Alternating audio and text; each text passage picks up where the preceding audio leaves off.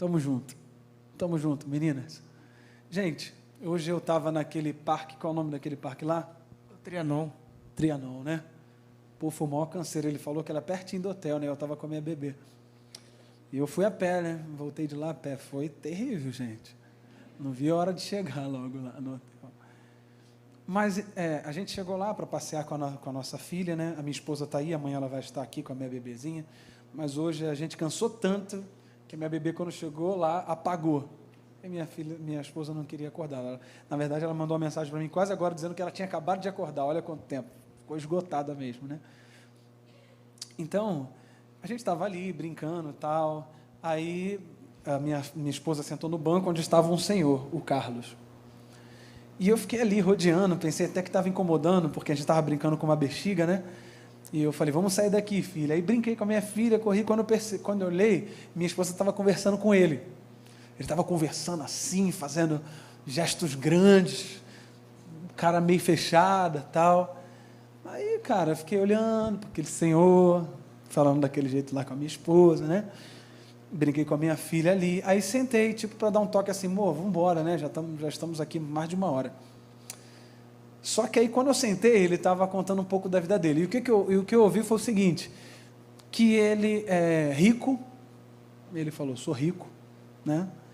E tinha cara mesmo, gente rica, porque rico tem cara, né, cara? Tem cara mesmo. Mora bem aqui do lado, aqui, ficou por herança um monte de coisa para mim, sou advogado, fizeram... Eu não entendi muito bem, mas ele falou que fizeram um teste de QI e ele saiu em primeiro lugar aqui na cidade de São Paulo, na época lá dos 70. O cara é fera. E era mesmo. E pior que era fera mesmo, cara. O cara sabia muito mesmo. Muito inteligente. Só que nessa conversa aí com a minha esposa, ele começou a falar o seguinte, esse negócio de Deus é uma baboseira. Aí minha esposa fez assim, ó. Assim, querendo que eu fale alguma coisa, né, cara? E, poxa, eu, de verdade, eu não gosto de entrar nesse tipo de discussão, esse discurso de que meu time está certo e o seu está errado, né? Não serve para isso. A Bíblia não serve para isso. Mas ele continuou insistindo assim e tal. Não, eu respeito todos, não sei vocês, não sei qual é a visão de vocês. Mas se vocês quiserem falar alguma coisa, eu não... Eu olhei o relógio assim, né? Porque, gente, esses assuntos, olha só, o cara começou a citar Nietzsche, Sartre, Platão, Aristóteles, e foi, meu irmão, René Descartes. Falei, caramba, mano, o cara é fera mesmo. E eu orei assim, poxa, Senhor, ele sabe muito mesmo. Um nível cultural muito grande.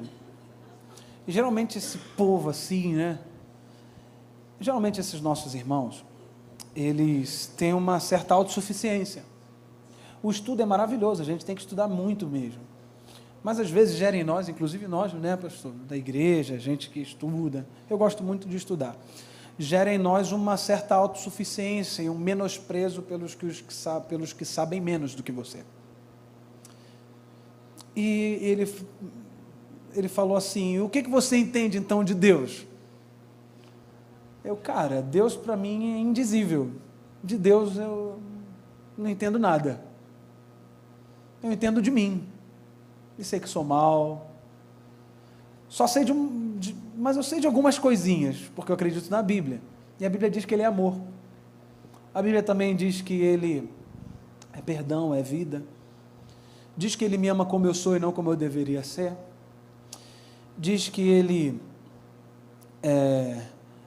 não me causou mal, apesar de eu ter feito mal. Então, essas coisas assim, eu percebo isso também na minha vida, o quanto Ele é bom comigo. Tal. Ele, não, mas aí você acredita na Bíblia? A Bíblia é uma mentirada. Aí eu tentava entrar, ele começava, eu falei, nossa, cara, não vou conseguir, né? Não vou falar nada aqui. Aí quando eu tentava falar, ele já cortava discordando. Tchau. Aí eu falei, poxa, ele não está nem aí, né? Aí ele começou a explicar, por exemplo, ele falou, esses filósofos dizem para a gente o seguinte, que a vida é para você aproveitar e o final é morte mesmo. Ele começou a citar, né? E todos esses que ele citou, o final é morte. Eu falei, pô, e você acha legal isso daí? Ele falou, não, mas eu me contento, aproveito a vida o máximo possível, eu sei que o final é a morte. Eu falei, mas você sabe que esses caras que tu acredita é homem também, né? Você falou que Jesus é homem, certo? Aí ele falou assim, sim, são homens também, teoria deles. Eu falei, cara, eu gosto mais da teoria de Jesus então, mano. Porque na teoria de Jesus a morte não dá a última palavra. Ele, mas isso é um conto de fadas. Aí eu, como é que você acredita então? Ele, acredito no Big Bang, da explosão, né? Mas explodiu do quê? Aí ele, porque teve os meteoros, mas o meteoro veio de onde? Pô, você não concorda comigo também que esse negócio é meio conto de fadas também? Uma explosão do nada e tudo agora fica organizado? Ele, uma teoria também, né? Tal. Não, mas na Bíblia eu não acredito não, a Bíblia é a maior baboseira, a maior mentirada. E assim, cara, ele começou a fazer algumas perguntas, de onde vem Deus, por exemplo? Eu falo, poxa, você tem essa resposta? Alguém aqui tem essa resposta aí? Poderia inventar um monte de coisa, mas eu falei, não sei, cara, não sei não. Eu falei, eu creio, a Bíblia diz que ele é eterno, eu creio na Bíblia, já te falei, né? Mas a Bíblia, mas é nela que eu acredito, então eu acredito que ele é eterno mesmo. Não é muito conto de fadas? É surreal, para mim também, esse negócio de existir sempre, né? A gente está preso a essa coisa de criar, de tempo, e Deus não está preso a esse negócio não, ele sempre existiu, isso é louco, né? Ele falou, é louco, eu falei, igualzinho essa teoria aí que o negócio explode e fica tudo organizado. Mas a gente bateu um papo assim, cara, ele falou, desculpa te ofender e tal, você não ficou magoado comigo? Eu falei, de maneira nenhuma, irmão, você é meu irmão. Ele, nisso eu acredito, que nós somos irmãos, somos todos humanos. Eu falei, então, você é meu irmão, então, se você está bem, eu estou também, se você está mal, eu estou também.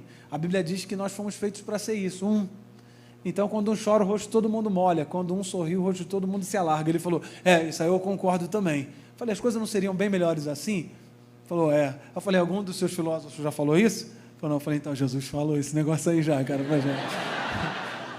Eu falei, Jesus já falou isso pra gente. Agora, ele está com 71 anos e o jeito que ele falou é mais ou menos do jeito que aquela menina estava falando. Ele estava discordando, mas, na verdade, nessa busca, está no final da vida, solteiro, nunca casou. Sabe por que não casou? Adivinha? Porque nunca achou uma mulher tão inteligente quanto ele. Olha aí. Inteligência que exclui não é a inteligência de sabedoria de Deus.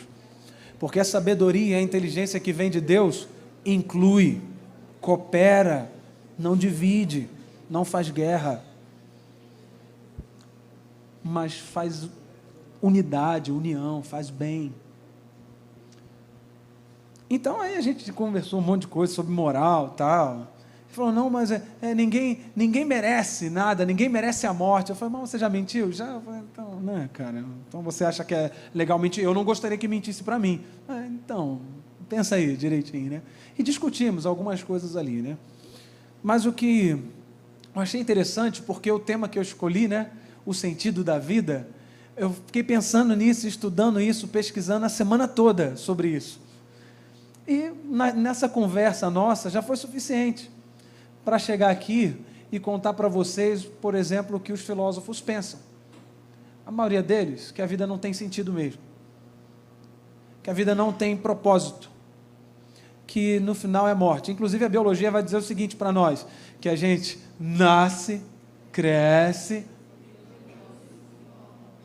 Olha só que coisa ruim, né, cara? Pô, amo minha família. Nossa, eu gosto tanto de estar vivo. Então, cara, sem propósito, não. Eu prefiro acreditar num Deus que nos criou com um propósito. Porque tudo que é criado com um propósito, sim ou não? Sim, então